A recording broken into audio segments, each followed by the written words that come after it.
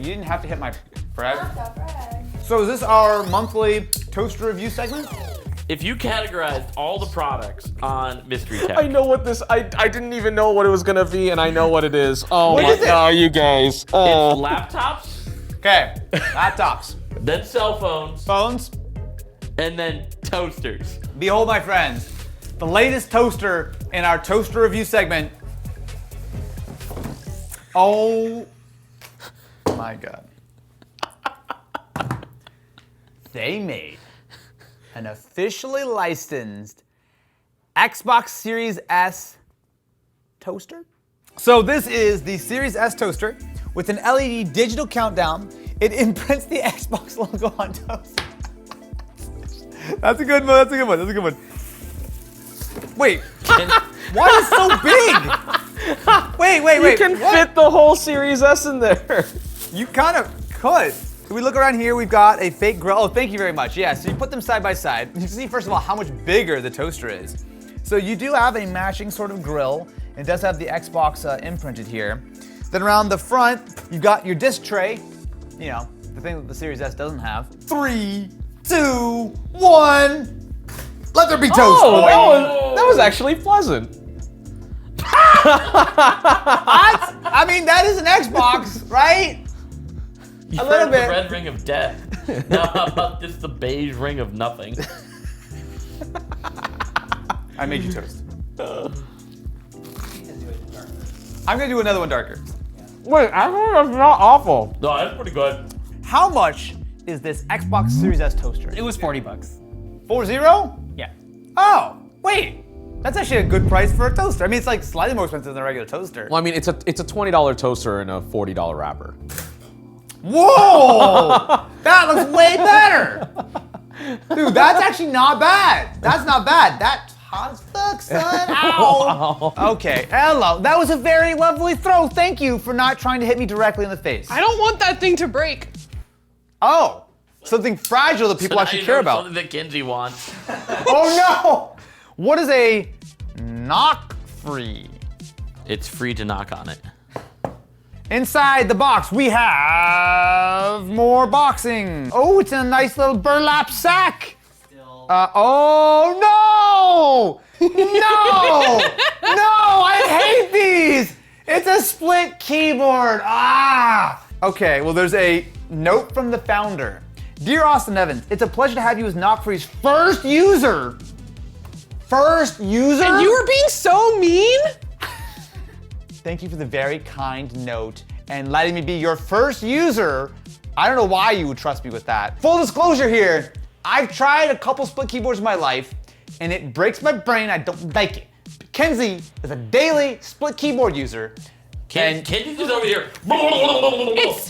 Split keyboards saved my wrists. I had so many problems before, but once you hands apart, it's a whole new world. All right, I'm glad you could be here to guide me through this process. So we might not be the first users anymore. It's been a little bit of a while. We got this so early, so that right there is actually one of their first prototypes. He said first user. And this was before they even launched their Kickstarter. They have now launched their Kickstarter. So could someone go and check this thing out right now? Is it on sale? $147 for their Kickstarter pricing, and eventually it'll be like $166. Oh, good Lord, that's Ken. Hi. Where did you come from? Why are you here right now? Let's take a look at these items. So this is actually a lot of individual bits and bobs here. So let me just take a look. Ooh, we got a lot of things here. So we have a dongle as well as a double USB, which makes sense because it is two individual parts of the keyboard which you are going to plug in and arrange in whatever order feels best for your wrists. A mini to mini USB, yes. I've never seen that. It's very special. Oh no. Oh, it's completely lacking any. Oh, okay, so the top has no markings at all, but on the bottom you can see Control, Shift, and okay. Look, these are hard for me to type on. If I didn't have any idea of what I was typing on, I would be very scared. So I see what you mean as far as it is 3D printed, but I will say, even though this is clearly an earlier prototype, it's quite nice. Yes, if I'm looking really closely, I can tell that it's 3D printed, but that's not bad at all. So if you want, you can put the keyboard together, and that is going to be a much more similar experience to what you're used to. But you can separate them, rotate them. I'm gonna start out by doing a quick run through with the keyboard together, then I will try it apart and see how close I can get. Okay, so first round. My first round, I got 73 words per minute. That's actually not that bad. Oh, he crosses over. That's no good. Oh no, yeah. My God, is it moving on its own? But why? The keys keep moving from where I think they're supposed to be. Wait, oh no, that's off. I did it again. I'm at 25 words per minute, so way slower than I normally am. But I will say that second run through, I'm starting to get my brain a little bit around. Because again, I'm like used to like my right hand's trying to cross over, my left hand's trying to cross over. So part of that is definitely just a learning process. Kenzie, would you like to show us how it's done? Oh, good. Look at this.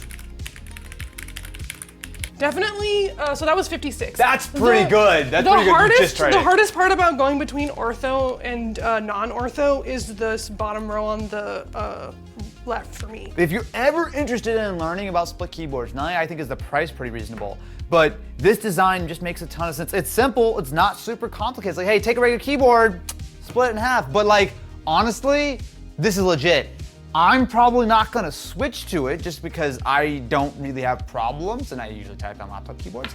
But if you're remotely interested in learning how to type on a split keyboard, this is by far the easiest on-ramp I've ever seen. I caught that one. That, my friends, is the Noyesen suitcase for Galaxy Z Flip 5 from Drop Kitchen. Is this just a case for the Flip? What am I looking at here? Yeah, so Samsung sent this one out.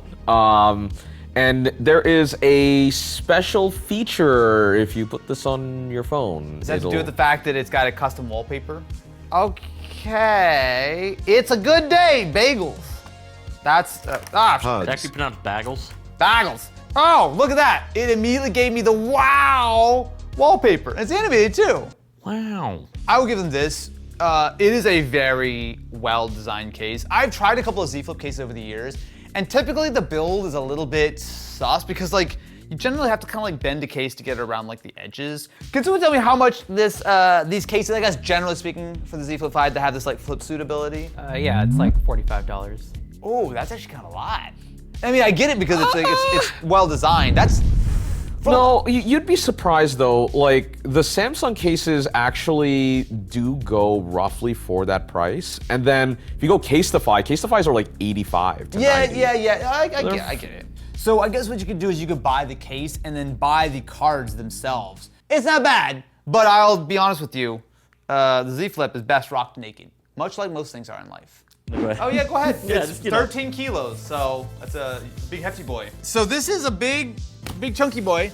Giminos, an equivalent of Dominoes. All right, let's see what we got with their Gimininos. Suddenly, when you have to carry it, it's heavy. Well, it's a refrigerator apparently. What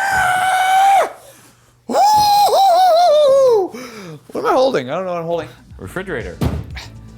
Gimininos, 5th generation dual monitor. It's not one monitor, it's two. I'm seeing. He's got the face. I'm not understanding. So What's it? Okay. it's a dual vertical monitor docking station. I see a webcam. There's like ports on the bottom, but vertical monitors? Why not? This is a pretty popular configuration now. This is a weird one. I'm excited for this one.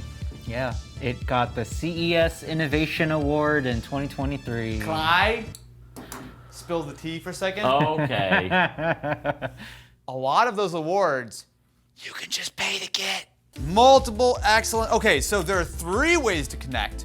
So you can connect via 2 HDMIs, 2 USB-Cs, or an HDMI and USB-C. Oh, so you can't just connect a single cable. You should be able to, because I know that there are USB-C docks that will do like dual HDMI out. All right, let's see what we got. Well, what? Does it fold? It's like 2 monitors worth of smell in one. Oh, so there's a little strip of metal, so that's nice. So little strip of metal, so it will expand. Okay.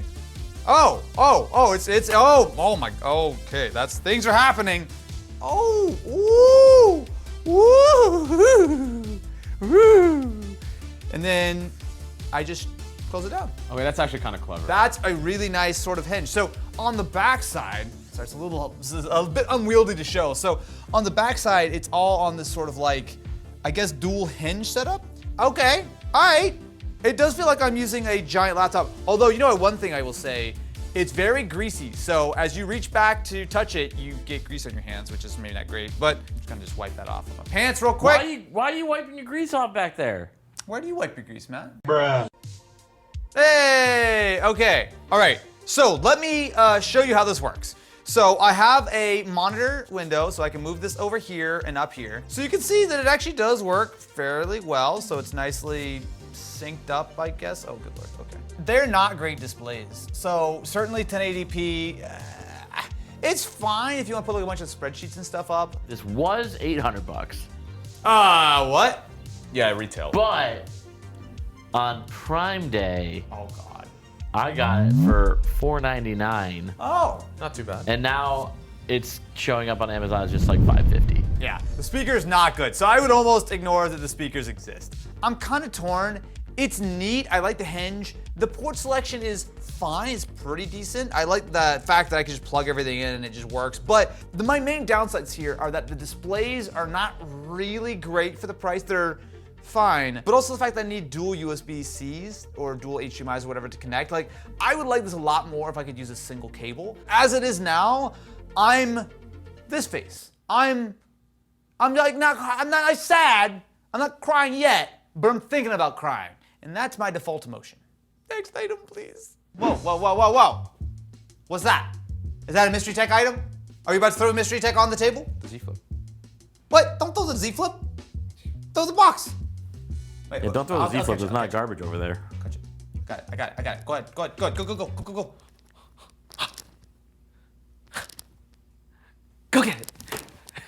Can't beat these reflexes. The guy who I bought this from, Wait, you bought a phone from a guy for Mystery Tech? so he recognized the email and sent a very polite, but hey, I'm worried that you might not understand what this really is. He sent a very like worried email of like us trashing it. Are you trying to insinuate that on Mystery Tech, I would make fun of an item for being weird? So this is a dumb phone?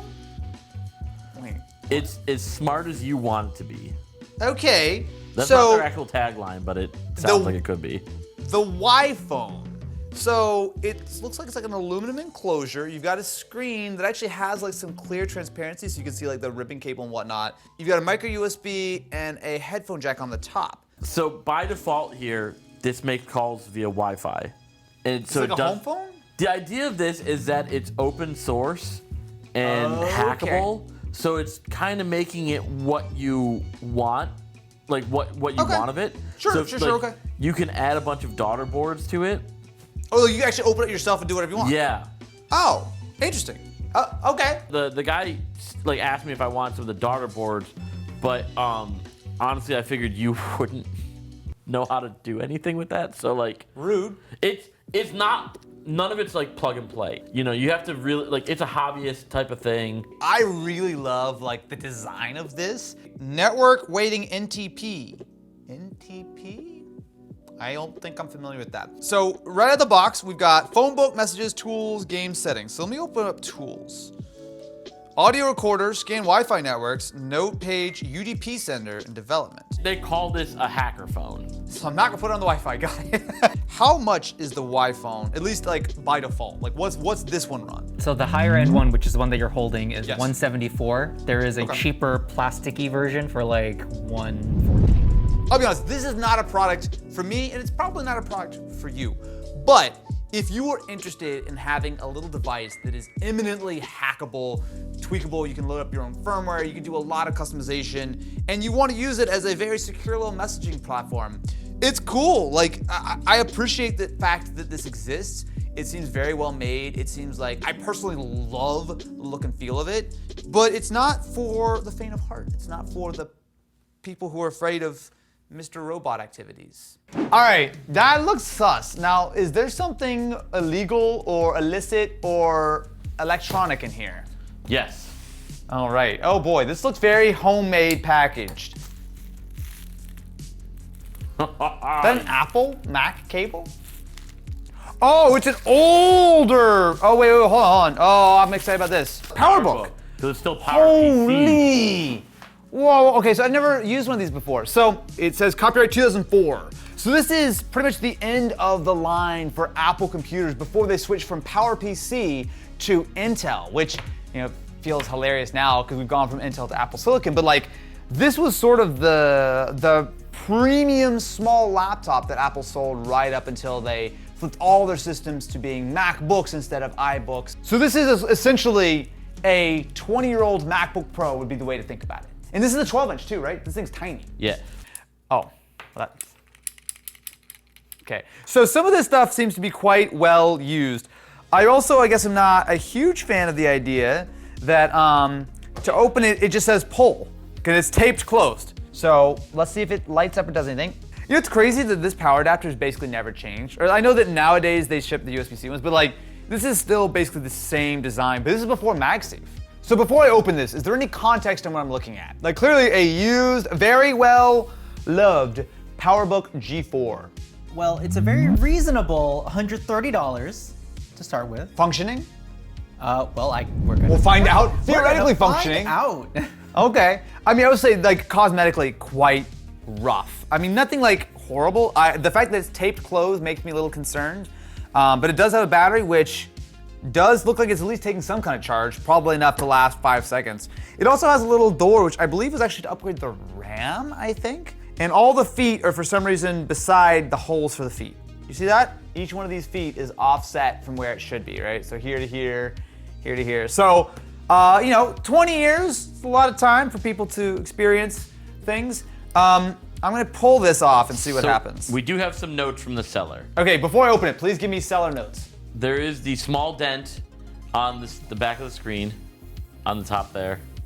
Really? By the Apple logo. Oh, yeah, right, yeah. So Yeah. dents right here. Not bad, not bad. Apparently that can be fixed, but he didn't have the nerve for it. Okay. The screen latches sometimes, hence the tape. Oh no, the tape is like melted on. Oh man, we gotta get the goo gone out. And he says, but the hinge is as tight as the day it was born. Boy, I don't like that phrase in any way whatsoever. And this has been modified. Oh, interesting, okay. So this has a 120 gigabyte SSD in it. Oh, whoa. What is it running, like 10.4 Tiger or something? Or Leopard, perhaps? All right, let's crack it open and see. Oh, that's so great. Nice looking. That hinge, I will say, is okay. I would not say it's particularly tight, but it does kind of stay.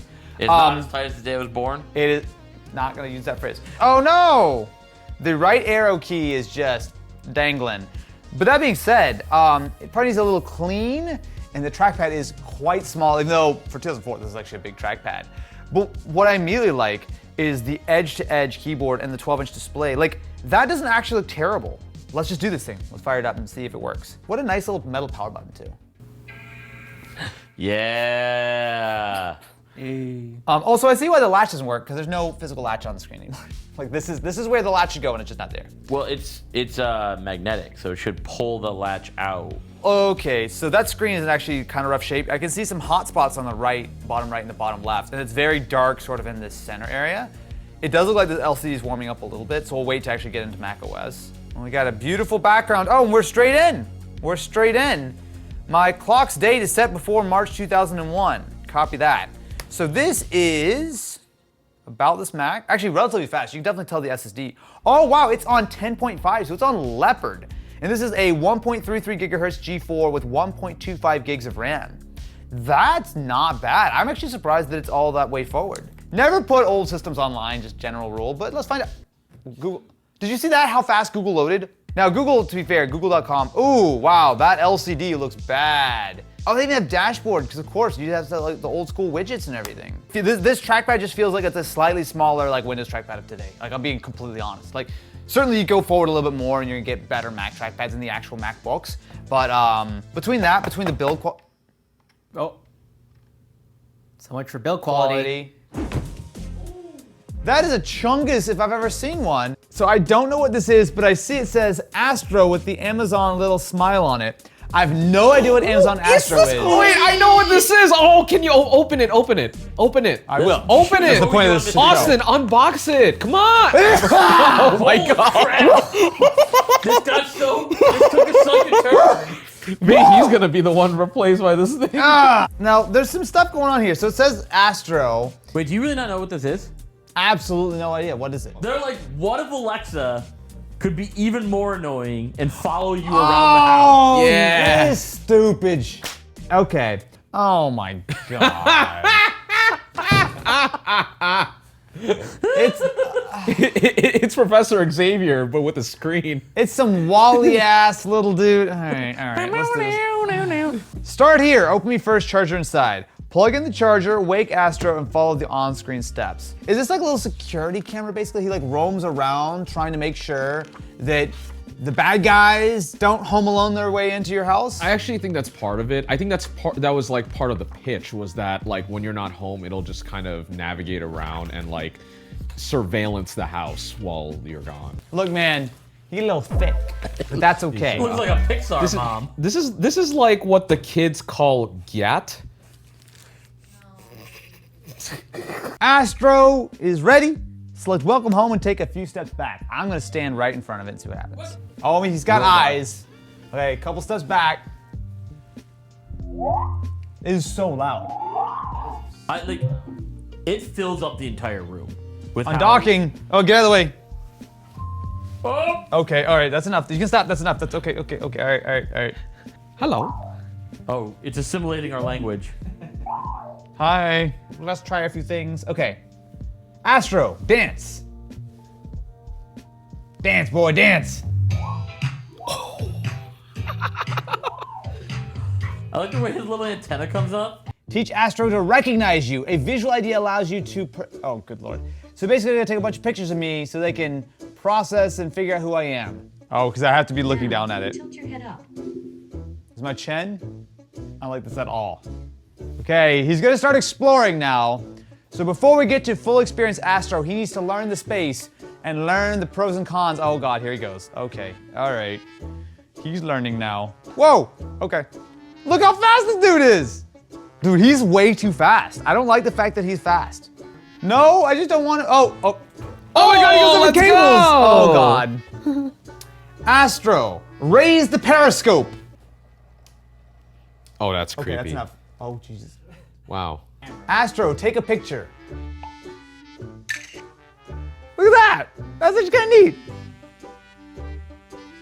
It's uploading to the cloud. Amazon Photos. Oh, good lord. Nothing ever goes to Amazon Photos. Finding Austin. It's going to look for me. So I've told it to look for me. So let's see if it can find me. Oh, he's looking. Oh, he can't find his own. Oh, there you go. Oh, no. Okay. Daddy. Solved it. Just ask me to You just play tell him to play Cocomelon and follow your kid around. You're done. Jeffy B, this is worth it. I don't know if this replaces me or my child. Maybe both of us. Maybe humans are overrated and Wall-E is real. How much was Astro? $1,600? Like 1600. Astro, who is Austin Evans? on various That is modern not your technologies. picture. Well, it's like 80% correct. Whoa, why did he get right up in your face on that one? That was personal.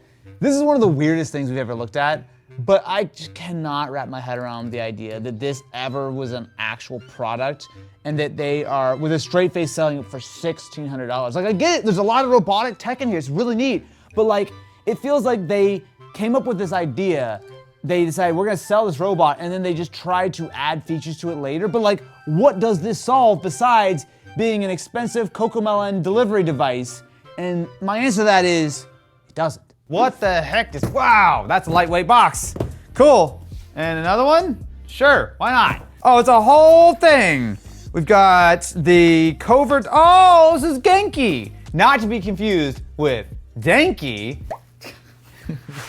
I'm sorry, I didn't mean to do that, but Genki have a number of Switch accessories. So I looked at these oh man, that's probably a couple years ago at this point on Mystery Tech. It looks like they've got a whole new set. So this is the Covert Dock 2. I like the Covert Dock 1 a lot. Essentially, it is a single little power brick that also has like your HDMI, USB, like everything you would need to run the Switch. So that's very cool. Oh, there's a handwritten note. Hey Austin, thanks for being an awesome Genki fan. Please ignore any typos in the placeholder packaging. We're in a rush to get these out and the final packaging will look different. You know, you didn't need to be in a rush. Evidently, I don't get these things until months and months later. So if there's a typo, I will not hold it against you. Well, there's also the Shadowcast 2 Pro, which is a game cap, which is 4K and it is compact.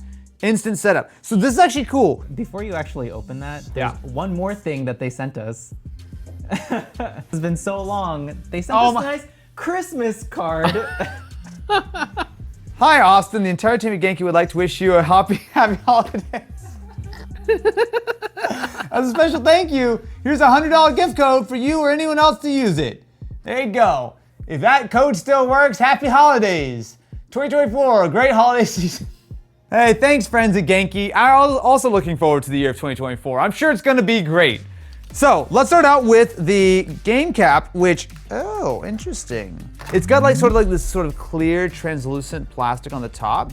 So on the back here, we've got HDMI in and out, aux and line, and as well as USB-C. What I'm really excited to try is this. So the Covert Dock 2 is a really clever idea. Now this is designed largely, I would say, for the Switch, but it should work with almost anything that uses USB-C and HDMI. So it's actually, how many watts is it? 45. 45 watts. So it says it right on the top, the you big mean the thing on the top? 45W. That bit? Oh, got it. The idea here is that instead of carrying a separate USB-C dock around with you, this functions not only as the charger for your laptop, your Steam Deck, your Switch, whatever the case is, but also, look at that. Look how tiny that is. I mean, it's a little bit bigger than a normal dock, but you've got not only USB-A, so it functions as a USB-A port, but also a full 4K 60 HDMI 2.0. I also like the fact that it's a little bit translucent too, so you can kind of see it's got like some character to it. This thing is sick. It also comes with the adapter, so if you close the, oh look at, it's actually kind of neat. So it's got like the US plug on it, but if I close that up, and then I take the adapter, it actually slides onto the plug, and then you've got it. So technically what you could do is you actually could use this as a travel adapter. Now, this might look like a lot of cables, but essentially what this is the actual Genki Covert Dock, which is not only powering our Steam Deck, but also providing the USB and the HDMI. The HDMI is going from this dock into our game capture, which is being sent over to OBS to be recorded, and is spitting out a 1440p 144 hertz signal. That might be a lot of jargon, but essentially, not only could you use this to stream and to record, but importantly, you're doing it with essentially no penalty. A 1440p 144 signal coming to a monitor is very, very impressive. So, all that being said, let's play Ken's Steam Deck. Ooh, that looks really nice. I don't actually have an FPS counter up, but it certainly is a nice, clean, and very low latency pass-through. I liked the first Covert Dock, it was very cool. The fact that this one now does 4K and has that sick design and everything, and plus has power on 2 ports, man, good job, y'all. Sorry it took a large number of months for me to actually look at it. But I'm real happy with it now. Hit me. Really? No, don't actually hit me. Like, throw the thing to me. What is it? What is this? McDonald's Crocs? What the croc? Am I loving it? So these are officially branded McDonald's themed Crocs. Oh, Time to do it again. Jesus. How did you already have the... You know, I've learned to kick my shoe off, whip my leg out, and drop it right on the table with a moment's notice. I'm getting cramps just Looking at that, yeah. This is What how I'm you- concerned about Let's see, I got is that this your wife to this. donated these. Oh no. It says very important that you wear these. Why did she say that it's important for me to wear McDonald's Crocs? That's what I'm worried about. So we got the charms, which are actually, no, they're not built in. So they're just pre-applied. So we got ourselves the fries, the arches, a Big Mac, nugs, little fries, and a Coke. I'm gonna take my sock off now. God. You think I'm going to, there's Get some, like- better socks, man. Yeah, there's little. It looks like you got the black plague on your feet every time you take off your shoes. Don't wipe it on the table. Oh my God. Oh. We eat off of that. Oh, Jesus, I've never. Okay. Hello down there. Oh, Jesus. I am actually happy. You know, say A-cam is maybe not the most flattering You're the angle. only person in this room who's happy. Well, I'm loving it. So I like to model you my Crocs, so you can see. I got my gibbets, my giblets, my gubbins. Well, this is the position I'm in when I have too much McDonald's. Where's the Squatty Potty collab? So these are $70. Okay. But they have a sport mode. They have a sport. You're in All sport Crocs have sport mode. mode. He's in sport Well, mode. they right are now. very textured on the bottom. It looks like you can kind of run in them. Like, I think it's pretty clear.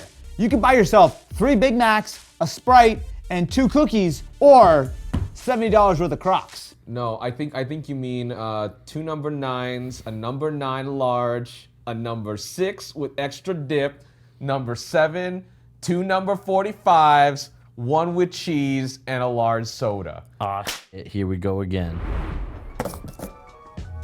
Broken. So you know what? I can always tell if a mystery take item is expensive. Either it is displayed with white gloves or yeeted across the table. Matt, you realize that you're just basically asking to have a shot put contest. Oh, good Lord, that's demonetizable. You can't pull out weapons like that on a YouTube You guys video. just got a free ticket to the gun show. Anyway, let's see what's inside, shall we? Newspaper. Wow, that looks like a gigantic AirPod. So 3D printed. It does have like a hinge on the top. It's got a hole which looks vaguely like USB-C-ish or something. Is there any context to what this is? Well, I thought you were gonna try and guess it. A Mac Mini? Yeah! Look at him learning. Okay, got it. But what is this part for? Is this like, Remember the GameCube adapter? you're trying to tell me you put like an iPhone or an iPad on top of your Mac Mini? Yeah! Oh, because you can do an iPad as the display, so you can turn your Mac Mini into a laptop. I get it.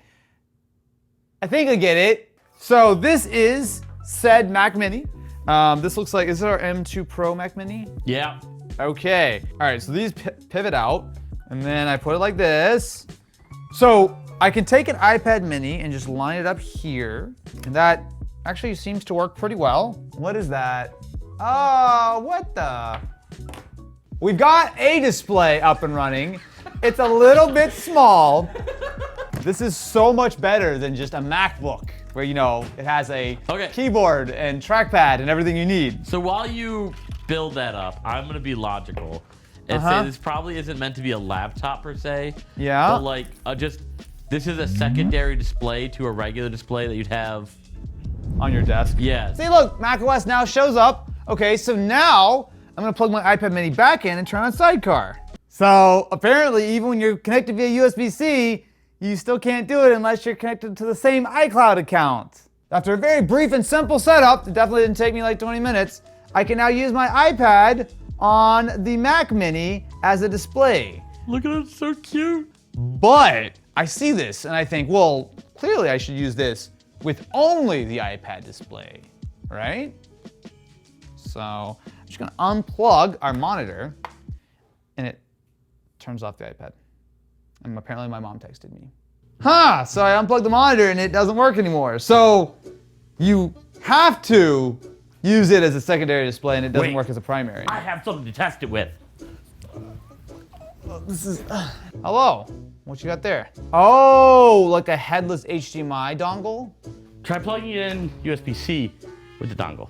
To trick it into Right. thinking that there's a monitor. Right, yeah, I understand that, but watch. As soon as I unplug this, it does not work, right? So it just shuts off, okay? I plug this in. Oh, well, I should. So, Close the lid. Holy shit, it's a laptop. what? Did you break the thing? It came like that. Now you did. What happened to RoboRaptor? What happened to this box?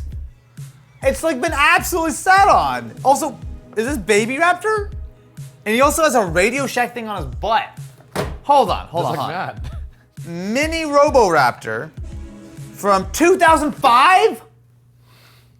Oh my god, and it says Radio Shack right here. So this is... Okay, you gotta give me some backstory here. You tracked down an original Mini RoboRaptor from 2005? Yeah. Yeah. How much did you pay for Mini Roboraptor from 2005? It was around 40 bucks. 40 Oh, bucks. that's not bad. So, as I'm sure you're all aware, the real mascot of the series is Robo T-Raptor. He's been here since episode 2 or 3. All I know is we're about to join the Roboraptor revolution. A fusion of technology and personality. I like the fact that you were able to find this because I did not know that there was ever a mini Roboraptor. All right, so I'm gonna gently unbox this item, which is nearly 20 years old now. Let us free our little buddy, who is real grimy looking. Something's up with this guy. Oh my God, his leg is detached.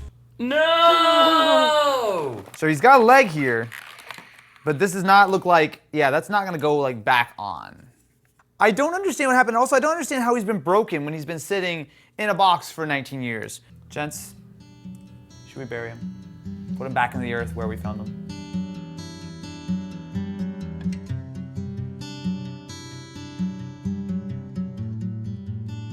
Thank you for joining us today to pay our final respects to Roboraptor Mini. He didn't have long on this earth, but we're going to celebrate him the best that we can. Ken, would you be so kind? Roboraptor Mini. More than a robotic dinosaur. I know. It's okay. It's okay. Take your time. It's okay. Roboraptor Mini, more than a robotic dinosaur, was bound to be a true member of the family.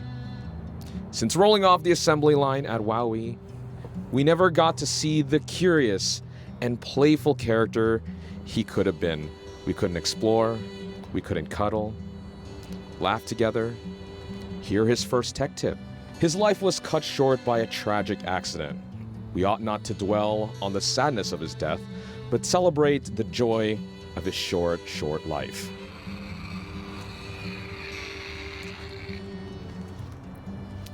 Roboraptor Mini, we will miss you. We'll never forget you, and we'll always hold you in our hearts. Rest in peace, our dear friend, our dinosaur, Roboraptor Mini. Oh, Dino Boy. The wires are crossed. From roar to roar. And something lyrics sad. Sorry, I can't. I can't. It's okay. It's okay. Come on. Goodbye. And may you find peace. Jesus. Oh, that Okay. might have broke. Moss. Moss Lap. Is this for growing? No. Yo? No. Ayo? No, it's not. Let's go. What's it for then? We're a wholesome family show. It looks like a whole forest inside of a water bottle. Look on the side. Moss humidifier and air purifier. Am I just not familiar with the magical properties of moss? It has moss air, moss filter, cotton filter, water spray, control ball. Do I have to like grow? That's what stuff? I'm not sure. So this was in like an Indiegogo thing. Oh, of course it was. And it took months. So basically, someone took an air purifier Okay. and the idea of a chia pet Okay. and combined them together. Okay, does anyone want to know the safety precautions? Number 1, do not ingest the moss. Damn it. So let's see what we've got here. So we have our moss filter. This is the moss air. It also has some balls. And I don't know why I have balls in my hand right now. That's how you control it. Like, I'm not even joking. You control what? You control the machine by like moving the magnetic balls. You play on with the top. balls? Yes. So this is perfect for gamers. You get to play with balls and you get to touch grass all at the same time. Oh God! Ah, no, not grass. No, it's moss. It's fine. Okay. You know, I've read Oh, these sure, instructions. touch balls, it's fine. Touch grass. Oh, God! Oh yeah. I only want to do one of these things. Okay. This is my moss. Oh, well, you know what? Oh, it sounds like real moss. Oh. Smells actually very delightful. Would anyone like to smell the moss? Yeah. Sure. Give me a whiff. Oh my God, that is nice. It is lovely. Incredibly delightful. So I'm going to attach this until I get a nice solid click. Ah, I got it. Okay, cool.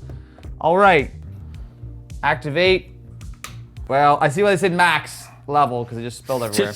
Oh my god. It's fine. Now we're gonna have moss growing on the tape. Oh my god. Why would you do How about that? I look? Paper towel. No, you know what happens is if Oh you my spread the water out, it evaporates faster, so you don't have to clean up your mess. I've done I this. swear to God, if we come back in here, there's moss growing on my table. So hold it for 3 seconds. Ah! Oh, how lovely. Oh. There we go. It's doing the thing. We got a in here now. So wait, what do I do with the balls though? Can I play with the balls yet? I shut it off. Oh, it blocks it. Now look, all the steam is going into the moss. Ew. I don't know if this is the way this is supposed to work. Taste of your own This medicine. is terrarium mode. Now it's coming out the bottom. Ew, so we're watering the moss by, oh, that's kind of clever. How much was our moss air humidifier, air purifier, and thing that's gonna get me demonetized? It is $110. Considering how over the top this entire thing is, that's actually not crazy. Not sure how to review this in any other way besides, I think it's cool. I'll write it. Did you just say burr? Brr. It's so cold in here. Is it though? I think it's perfectly reasonable. Okay, the fact that this bounced, it has no give, it's via Dubai. This is something that seemed like your type. My type? I see what you Are you making a joke about my preferences in life? Yeah. All right, what are we looking at here? A jacket? Oh my God, it's really heavy. What the? Oh good Lord. All caps when you spell the man's name. So this is the NY jackets. It's just a bunch of like pillows basically, but it has a bunch of keys on it. Well, you better believe I'm putting this one on. Cherry pillow switches. So it's like I think, is it leather? No, vinyl, very vinyl-y. Okay, how much was the all caps jacket? For the record, it's supposed to be white.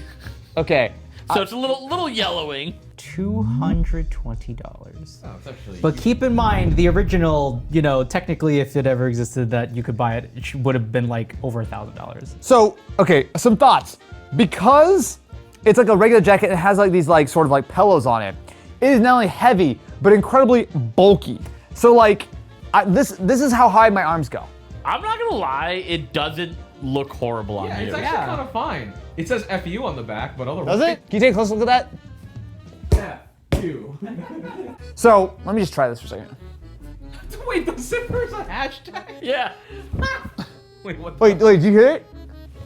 What the? Yeah, it's like the air is rushing out of The it. problem is I basically. see it. If you too would like to be stylish like me, you can visit austinevans.com, where I will be the exclusive purveyor. I'm not trying to do that with my knees. Don't put those knees down. I will be the exclusive purveyor of the cap jacket. Okay, so that's a bunch of little boxes. Marquez keycap? Marquez makes keycaps? Is this a real just? No, Marquez doesn't make keycaps.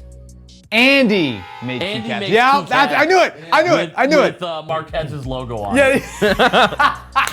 All right. So we've got a number of keycaps here. So these are D-brand MKBHD keycaps. All right, I'm down. Let's take a look. All right, I'm gonna do the black one first. Let's see what we got. Watch, this is gonna be a pure matte black keycap with nothing on it. Gee, I wonder what makes you think that.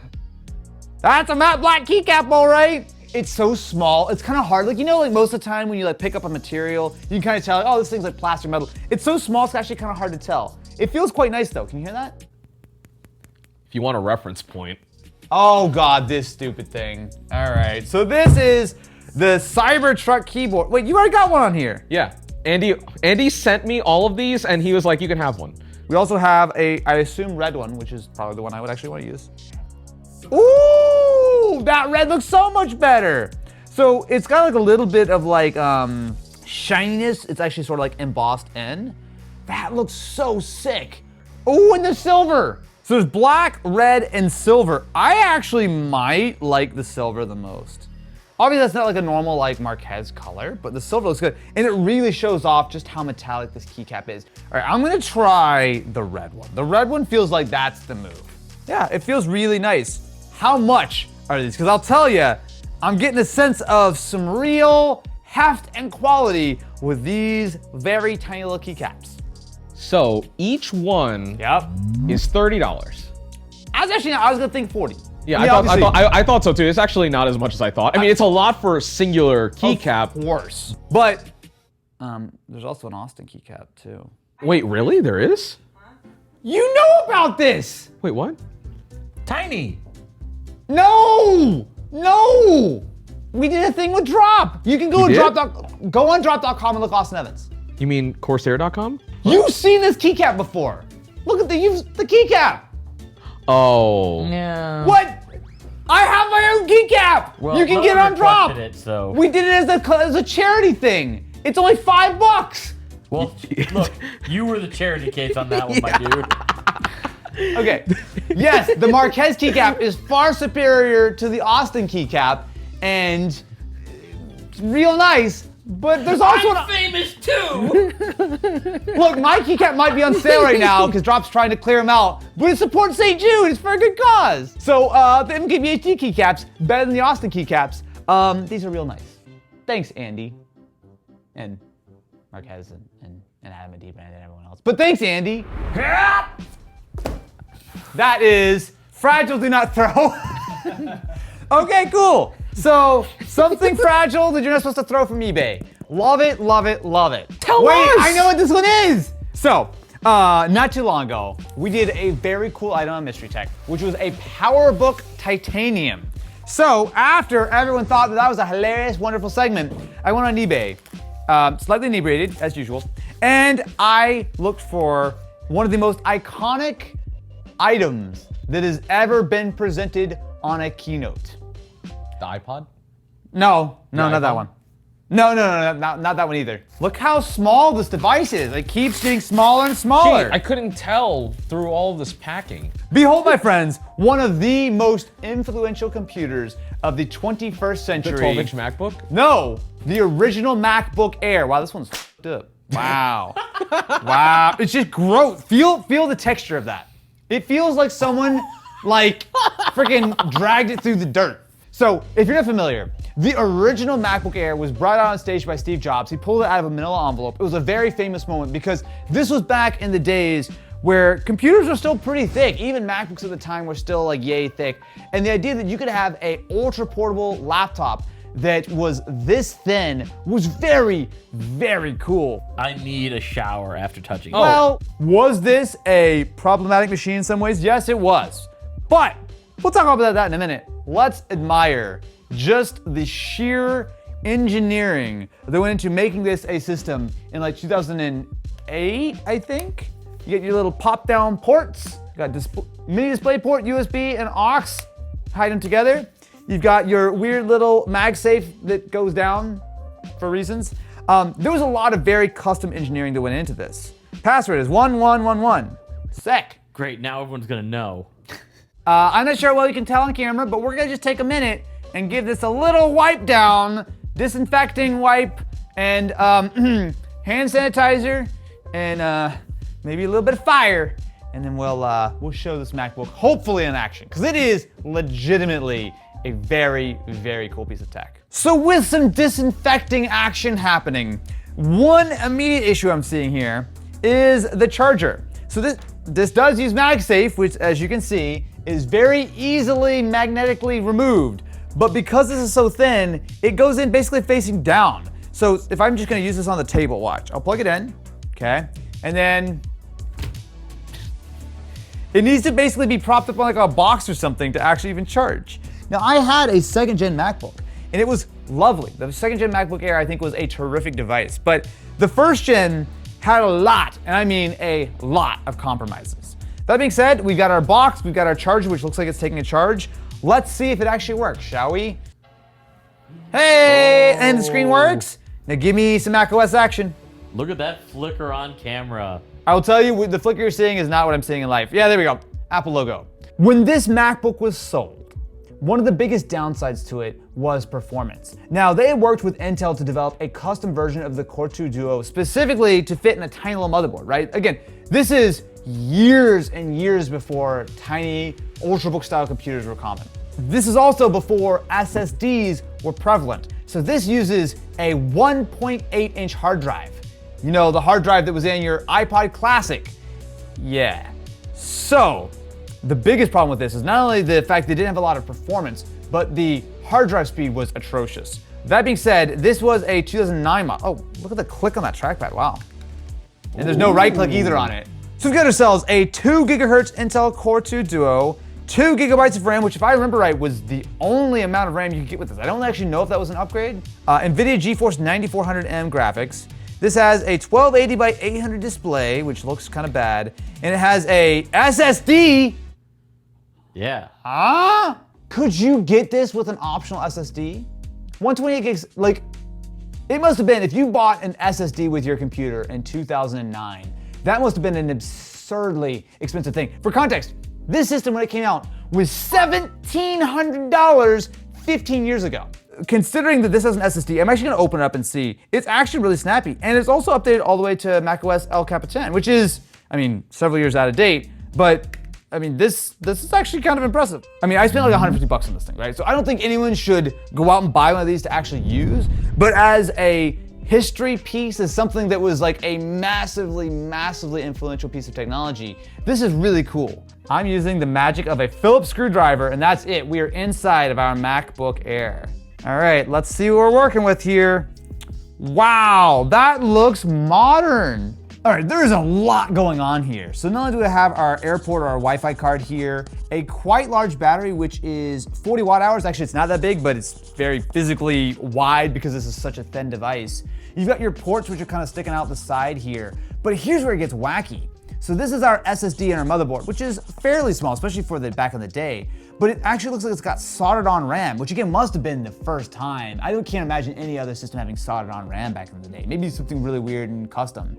And then look at this. This is the SSD. So this is a 1.8 inch drive. Now again, this was originally the same sort of form factor that you would have inside like an iPod. So even like a regular 2.5 inch laptop drive was way too big for this. This is a first gen product. But you look at this. You look at the design, you look at the thinness, you look at a lot of the decisions they made here.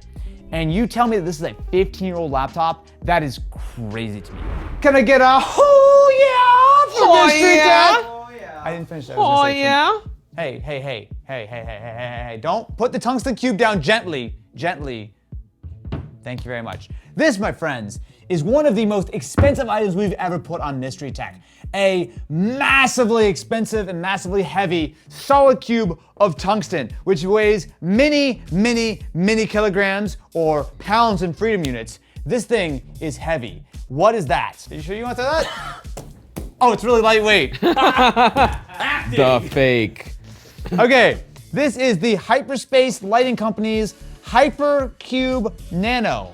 So it's a nano hypercube lighting accoutrement to our tungsten. This is quite the item. What am I doing here? Okay, so it's a cube, thankfully much less heavy. Wow. All right, so we got ourselves a big old cube that I It's the assume. Allspark. Robots in disguise. Fox. So what I see here is a cube which looks like it has a large number of LEDs that go all the way around it. Oh, I think I already know what this is. Is it gonna be one of those like infinity cubes? So I'm gonna plug this in. So the way it seems to work is we plug it in here. It comes with an Ethernet cable, which I will run through the stand. And then I plug my Ethernet cable into this little dongle. Wait, Ethernet? It's got Ethernet, which goes to this. Is power over Ethernet? I think it is for some bizarre reason. And then I plug this into USB-C power. Okay. So we're gonna plug it in and... Wow. Oh my God! So you can see that as I sort of rotate it around, it's got a series of LEDs and mirrors. So like you can just go and go and go. That's kind of incredible. So because you've got all these mirrors, look at it when you line it up. It looks like it goes on forever, dude. That is so cool. How much was the Hypercube Nano? It's $170. I mean, that's kind of a lot of money for some LED strips in a bunch of little mirrored compartments, but this is pretty cool. What's better than 2 cubes? 3 cubes. Am I right? Now that's a cube right there. We got ourselves the LED mood lamp controller. Is this just a big ass cube? All right. No. Can someone help me pull the box? Oh my god. Just pull. Behold, my friends, the big ass cube. What am I looking at right now? It's just a big cube. Oh, wait.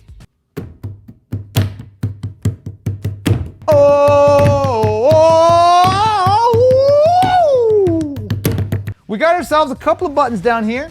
So we have a DC end. It looks weirdly waterproof for some reason. And then we have a little hole for things. We're gonna plug it in. Let's see what happens. Okay, so off, on, R, G, B. Now imagine this outside. Okay. And it's waterproof for some reason because this is an outdoor seat. This absolutely looks like something that Apple would just have Yeah. in like one of their press thingies. Put the seat on the table. Why do you? Why did that pop into your mind first? I gotta say, it's really bright up here. I feel like I'm ascending to a higher realm of We all spirituality. wish, but Yeah, don't get our hopes up. So how much is my Hypercube butt pillow? I mean, a steal. have I got the items for you? Whether it's the Trippy Cube where you can see directly into your own soul, a nice, bouncy RGB butt illumination device, or a tungsten cube, the Awesomeness channel is here for all of your cube-related needs. Oh my god. We are going- No. Okay, well. Can't wait to get that insurance. Okay. Nelson, hold down your hand.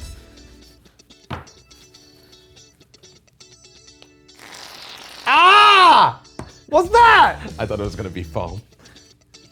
Oh, it smells lovely. Is that a razor? That is a razor. A razor make razors now? Razor does make razors now. This is the Gillette Labs Razor. Effortlessly. Oh, we weren't gonna shave that. I will say, whatever the shaving cream is, it smells delightful. If I cut myself on this razor, I'm gonna be really upset. I do think I maybe have a little too much shaving cream. Oh, thank you. There's some on your forehead. How's that How happen? did you even manage that? Where is it? So this promises effortless shaving in one efficient stroke. Same. What? All right, so I'm going to wash my hands and then unbox the razor. Yeah, like you just kind of jumped into it. Gamers don't shave. We don't compromise like that. You know, like Gamers rarely need to shave. we talk about like gamers needing razors, but I think Razer needs to team up with Old Spice for some deodorant. Have you ever been to an esports tournament? Jesus Christ. Oh, oh wow! That's actually kind of nice. That's a holy, what the, why is the razor so big? Do you see how big that razor is? because it's an effortless stroke. Now, it comes with some razor gold, and oh my god, it comes with a magnetic base. Are you kidding me right Wait, now? really? Bro. There you go. So if you want to display your razor on your cool streaming setup, boy oh boy, does Gillette X Razor have your razor on lock. Oh wow, oh we got some left-right action? Oh son, that is some advanced razor technology. So it's got 4 blades, which look sharp. It also has a little strip on the top and bottom. To lubricate. A lubrication for your single stroke. And then you've also got a serial number on the top. Boy, this is some very fancy And let's investigate how well the razor works. I can't see anything, so I'm just gonna hope that I land on a nice spot. Wow, that's sharp. I hear the hairs being sliced off my face. So not only am I using the Z Flip as a recording tool, but I'm also using it to shave with. All right. I feel like I just had the RGB experience. That really good blade made me a really good bad gamer. Now, you know who loves to charge you lots of money for gaming accessories? Razer. You know who likes to charge you lots of money for razors? Gillette and Razer. How much is my Razer? $15.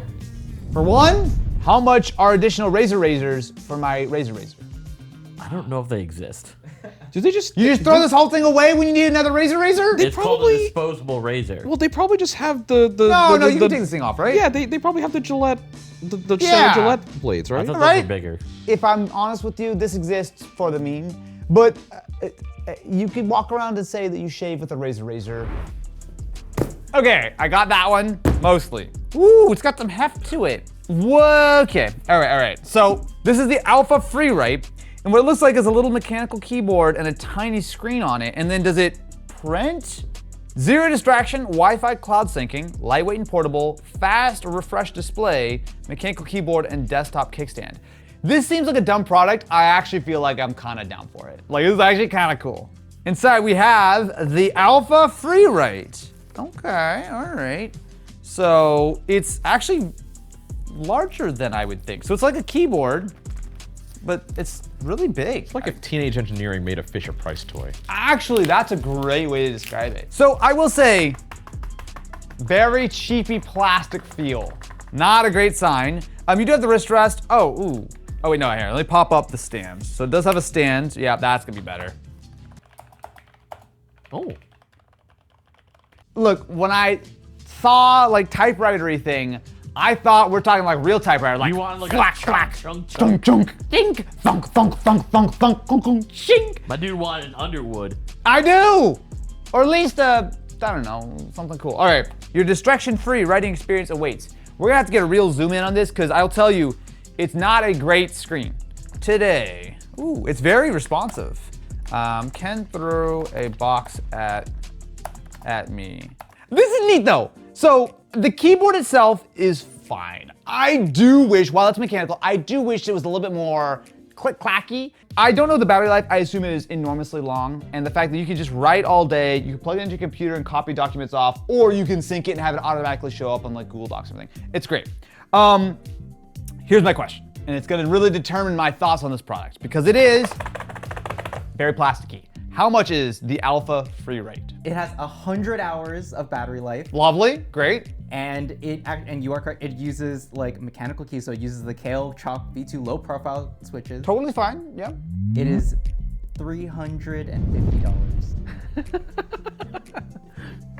Look, man, I get it. You know, if you're the kind of person who gets distracted easily, not that I've ever been distracted a day in my life, I want to like this. I kind of do still like it. For $350, I get it. We're obviously not just buying a keyboard, you know, there's some software, there's a screen, there's other stuff going on. But it's a little too plastic for me. And I understand the idea that you want this to be somewhat lightweight, and when you fold it up, you can kind of like slide it in your bag, much like you could put like a laptop in there. Like, that's great, that's fine. I think we need a little bit more for this thing to be worth it. But I will give them. Buddy, say less. What do you mean say less? Are you about to buy the beta? No, we can buy you the better one. So the next episode of Mystery Tech will have the better version that you didn't get. It's $1,000. The fact that no one said anything makes me very concerned. Ha ha ha. They don't have a $1,000 version of this, do they? Say less, buddy. Oh God. All right. Okay. Oh, that's heavy. This, oh my God, Ken.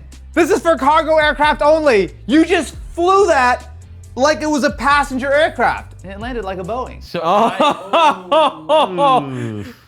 Oh man. I sorry, noticed there's no wheels on it. I didn't realize you could buy Ken online. So How do you buy I Ken? was browsing and I'm like, oh, I could just buy Ken. I see Duracell. No, because here you go. Wow. Oh, okay. That's an Amazon stock identification number for those in the know. That is what Austin used to look out for Oh. before he met his wife. But my dudes, we're opening a Duracell thing, man. All right, this is the Duracell portable power station, 150 watts, 91 watt hour. What? Why is this Duracell? Okay, because like there's plenty of like very nice brands. Okay, I get it now because it's a whole Duracell battery. Yo? So You heard about A batteries. Those are You've heard triple. about C batteries. Those are triple Ds. Yeah. Well, wouldn't be the first time. So, we've got ourselves the M150 power station and dock, which I assume this is wirelessly charging? Or just charging? Yes, all of the above. So it's got 91 watt hours, which is a pretty big amount of power. 60 watts of input and 100 watts output, very fast. You got USB-C and USB-A and wireless charging with what looks like a dongle or something on the top. There you go. That is, my friends, one big ass Duracell That is battery. my favorite thing ever. So what's funny is it actually very much looks and feels like a little Bluetooth speaker. So we've got ourselves some USB-C ports, USB-A ports on the back. Even though it looks like it, I actually don't think this is a speaker, is it? No. No. It looks like it should be though. Oh, you know what it is? This is probably like a fan for like active cooling or something. Okay, I'll say that the only... Whoa! Whoa! Don't eat inside the battery. So this is the charger for it. So I guess you have two ways of charging this. You can plug it in via USB-C, or you can use this guy and charge it up manually. This is a neat idea. I'm a little bit sus on why it's this shape because it looks funny, but imagine actually trying to like carry this thing around in your bag. Like it's way, way bigger just because it's a cylindrical object and not some kind of flat packing cube. We've got this connected so you can see the little LED on the back. It is indicating some sort of lightage. Now the ad or the box made it seem like I can just drop my phone on here. Is it going to be Qi or MagSafe compatible? I don't think so, but let's give it a try. I think one of those things. Oh, shit. Wow, okay. Oh. Okay, so it is charging. Wow. What? Did you think I would get something that just doesn't work? I didn't think it was gonna be like MagSafe. I just thought it was just gonna be a wireless charging puck, because you obviously can do it flat, but it actually is like, you can see like it's definitely magnetically Well, yeah, attached. well, Don't hit it. Who made this? Is it really Duracell? Duracell. Yeah. Did they just take the mold from a Bluetooth speaker and shove batteries in it and call it a day? Yep. This is $130. Oh, okay, that's a lot of money. That's actually not that bad for what it is compared to other all-in-one. Like, you gotta be into it for the novelty, right? Like, you gotta be into it because you're like, ha ha ha, I'm using a giant Duracell battery because AA batteries just exist in my That's Game Boy why I days. got it from Matt. Oh, interesting. I like battery. Okay. Wow. All right, we just made you an Austin sandwich. Do not eat. Joanna wanted to have bread thrown at you from all sides. That was definitely a lot of bread. So it's clear it says, do not eat on my bread. Wait a minute, the last What is your favorite item that's ever been on Mystery Tech? time the bread hit the table, I got the most delicious toaster experience of my life. Is this a no? No, it's not. It's not an actual, oh my God, it's not a toaster. Wait. We're here today to challenge the reigning Mystery Tech champ. Is this a good toaster or a bad toaster? I'll tell you what, take this and you'll find out. Fighting words here. Water? What kind of water? Is this toaster so advanced that you need to liquid cool it? That's one way of saying it. If you're a new Mystery Tech viewer and you're not familiar with the legend of the Mitsubishi toaster, which toasts one, count it one, piece of bread at a time, then you should go watch my compilation of all the good Mystery Tech episodes. You can ignore the rest of them, but. Hello Kitchen! Thank you for purchasing Balmuda, all caps, the toaster. I'm very curious. This is not a traditional toaster. This is a toaster oven, right? I have a bunch of things here. So it says there's a sandwich bread mode, artisan. You got them artisan breads in there? Artisan bread mode, pizza mode, pastry mode, and there's oven mode, which is apparently no water. I'm down to try this bread, obviously, but I've got low expectations because, like, I don't like. Is this gonna be good? It just sits there, okay? It locks in. Then watch it. Oh, man. Man, I am feeling desirable right now. So let's plug it in, and I'm guessing we're gonna need 5 cc's of water, no more, no less. This is the precise level of water needed for optimal. I no longer want to eat. This is just a little coffee cup. It's quite small. Oh, that's satisfying. It does look quite nice. Okay, so we're gonna close this up. It should be noted that this bread is very stale.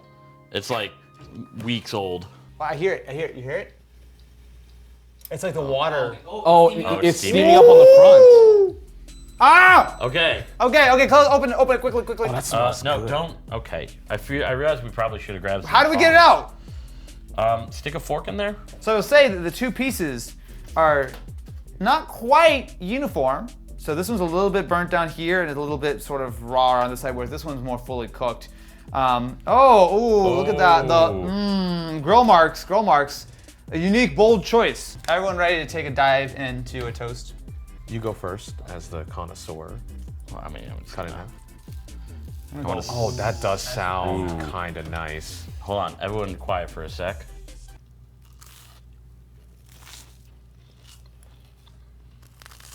God damn. That's some toast right there. That Actually, no. That's some toast. The bread sucks. kind of slaps. This is as good as mine though. Yeah, But it is even. it's fluffy. Here's the real question. How much is the Bermuda? $300. Significantly less than my toaster. That had like a not nice looking thunk. Like it sounded like Okay, why? it's like a VHS. Is there a VHS in here? Open it. It's roughly from that same era. Plus, maybe. Is it Back to the Future? 6 or 7 years. Wait, what? Is this your modded PSP? Yes. It's done. Finally. Okay. And you're presenting this to me as a gift. Thanks. Thanks, Ken. Wow, you know what? I'm just gonna love it. It's even in a little carrying case. Ken, I know, has been working for a while on modifying a PSP. This is a 3000, right? Yes. So modifying a PSP 3000 with some modern accoutrement. And I know that I had to donate a perfectly good PSP donor in addition to the one he already had to get this thing working. Does it actually function now? Yes, it does. Okay. Both of them do, actually. Oh, nice. You fixed the other one. Yeah. Okay, thank you very much for that. So, can I ask why you've given this to me? Oh, first of all, at all, because you've already made a video on it at this point, I presume. But also, why is it in the carrying case? That's just because I wanted it to look nice. But, here. Oh, you got the thing! You got the thing! You may not be familiar with this. This is a GPS module for the PSP. Now, I saw a short a little while ago where someone had actually plugged this into their PSP, and it still works. Now, mind you, the maps are all out of date, and I think it only was sold in like Europe and Japan, so I don't think it works here. But like, the fact that you actually found a new in box PSP GPS module is sick. Oh, no, it actually works here. Supposedly.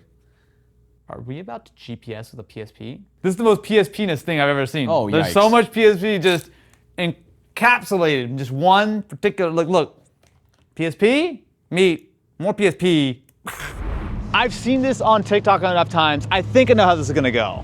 Oh, good Lord. I mean, I will admit that this looks really cool, but like, really? Yeah. So you can use your PSP as a navigation device. Now, obviously, we have smartphones that can do that these days, but this came out in 2008, maybe like 2 years or so after the iPhone. But the fact that you can do this with a PSP that you already have, kind of sick. All you need is this GPS module, which you have already unboxed. But yeah, it's just a fully functioning GPS app, and this is a European piece of software, but it does actually have US maps via DLC, which I happen to have on here. So let's do find and go.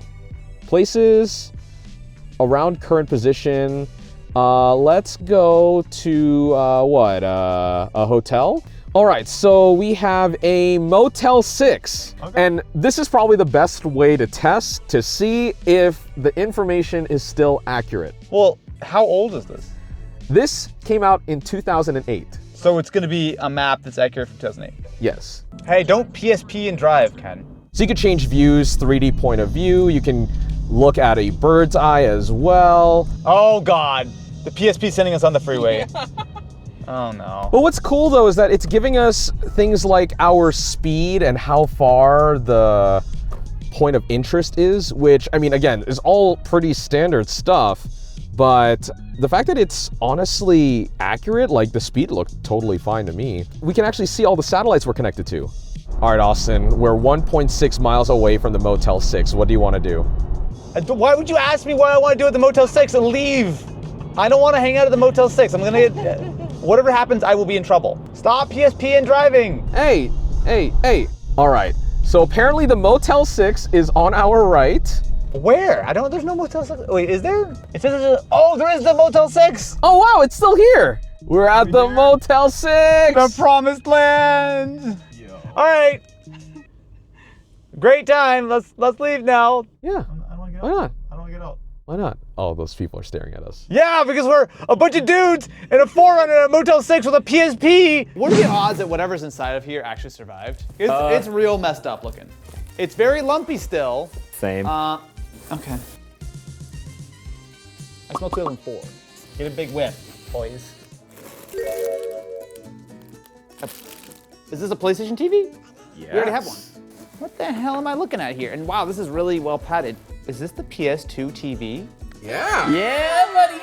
Okay, so if you're unfamiliar, I am vaguely aware that there was late in the PS2's life cycle. It wasn't officially called it, but it was basically a Sony Bravia TV that had an actual PlayStation 2 built into the TV. It was only sold, I want to say in like Europe and Japan maybe, and I am positive that they made like 17 of them and they're ludicrously expensive. This TV sold for 200 pounds or about $300 at the time. Okay, so actually a pretty good deal considering that this is a little Bravia LCD. And look at that. It's a little dirty, I'll say. And I really hope it works because it's a big boy. So this is I'm gonna guess what, like a 24-inch TV or something like that? 22. I'm not even like exaggerating. I say, like, look at how much there is down here. It came Good Lord. from Europe. What you'll see is that you've got yourself the PS2 badging, you got memory card slots, you've got USB ports, controller slots, the open, it's like a PS2 Slim. So you have component, composite, HDMI, VGA, optical audio, and you also have, I saw it somewhere, Ethernet here on the back of the PS2 and optical audio coming out of the PS2. I assume though that the PS2 is probably wired into the TV directly, so you could just play it. Once I find an adapter for the plug, we're gonna see if this thing works. And then we're going to experience the PS2-ness together. It's better than the PS. I hear a little humming, but that's fine. I hear Oh, it's working! I saw a Sony logo. Oh, so I'm assuming spell is PlayStation 2? Yeah, It PlayStation might, 2. in fact, be in Dutch. Spell? Oh yeah, that probably makes sense. Because, you know, Dutch people speak Dutch. What? I'm sorry, is everyone in the room learning what a different language is? yeah, we're trying to learn. Oh wait, what's fout bij het lezen van disk? Can't read the disc. That's what I do with I that. brushed up on my Dutch real fast. I'd like to apologize to literally the entire world right now. We have offended, I think, everyone on planet Earth. So apologies. You said worse. Whoop. Give me a. Yeah! Let's go! Let's go! I mean, this is like a DVD TV combo, but they were like, oh, why not just make it a PS2 instead? Actually, yeah. Yeah, you're not right. You're not wrong. How much did we pay for this PS2 TV to be shipped directly from Belgium? So I was able to find this, and Yeah. mind you, this is one of the best conditioned ones because every other one was scuffed, It's not bad. for $650. So, look, no one besides weirdos who are into collecting PlayStation paraphernalia should buy one of these in 2024. But I'll say that as a historical piece, it was really strange to have a PS2 built in the TV. Now, it's hard to understate just how popular the PS2 was. In fact, we just did an entire video talking all about the PlayStation 2 from its inception all the way through its absolute dominance of the generation. And stuff like this would not have existed if the PS2 wasn't on every street corner, every mother's second basements. This thing was cool back in the day. Understandably, 4 years after the PS3 came out, not a lot of people are interested in the PS2. But I'll tell you, as a historical bit of museum action that we paid 600 euros for apparently, I gotta say it actually is really cool. Alrighty then, let's, whoa, you're really aggressive. Ooh. Remember how much you liked the other thing from Mystery Tech last time? Oh yeah, the other thing from the other Mystery Tech. I've only done 100 and of those. Well, we got you another one because Wow. you liked it so much. Oh, another free rate thing. Oh no. Oh, it's another. We got another one. Wait. At some point in the not too distant past, we looked at the Free Write Alpha, which was a little like keyboardy looking dude that was cool, but the problem was that it was like what, $300 or $400, and it felt like a cheapy keyboard. And it had a little e-ink display, and the idea with these things, it's like a modern day typewriter, and that you can type away and not have like, you know, the distractions of your Facebook Messenger and your email and your Spotify, whatever, it's all gone, right? This is just a straightforward writing device. High contrast e-ink screen, full-size mechanical keyboard, lightweight aluminum housing, and Wi-Fi with seamless backups to the cloud. It's got a handle, so it's a big boy. Free Write Smart Typewriter by Astro House. Now it does feel more premium. Yeah, feels nice. Astro House. It's taking a long time to boot. I feel like my keyboard should just turn on immediately, but we'll just give it a second. Let's try to see how this keyboard feels. Uh-oh.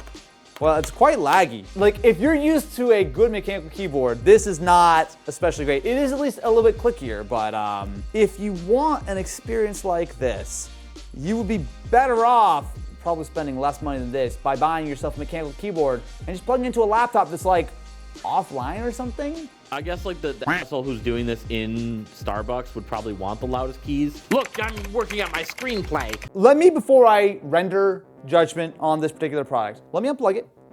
Let me actually sit down. Oh, the backlight turned off. What? How do I Plug it in. No. Could I use this in like a chair or something? Like, it feels like it's not going to be lappable. I mean, that actually is probably its best use case, is that it's laughable. Well, I've somehow made it stop working. So maybe that backlight normally stays on, but because it died, because it's e-ink, yeah, see, so it's now rebooting. It's just plugged in for a bit. e-ink and keyboard. Like what? Yeah. It was plugged in for like 15 minutes. My concerns here is that the keyboard just feels like a $30 like cheap keyboard from like Amazon or whatever. Like, it does not sound premium. It's better than the Alpha, but like still not amazing. I'm torn. How much is this? I don't want to tell you. That's a good sign.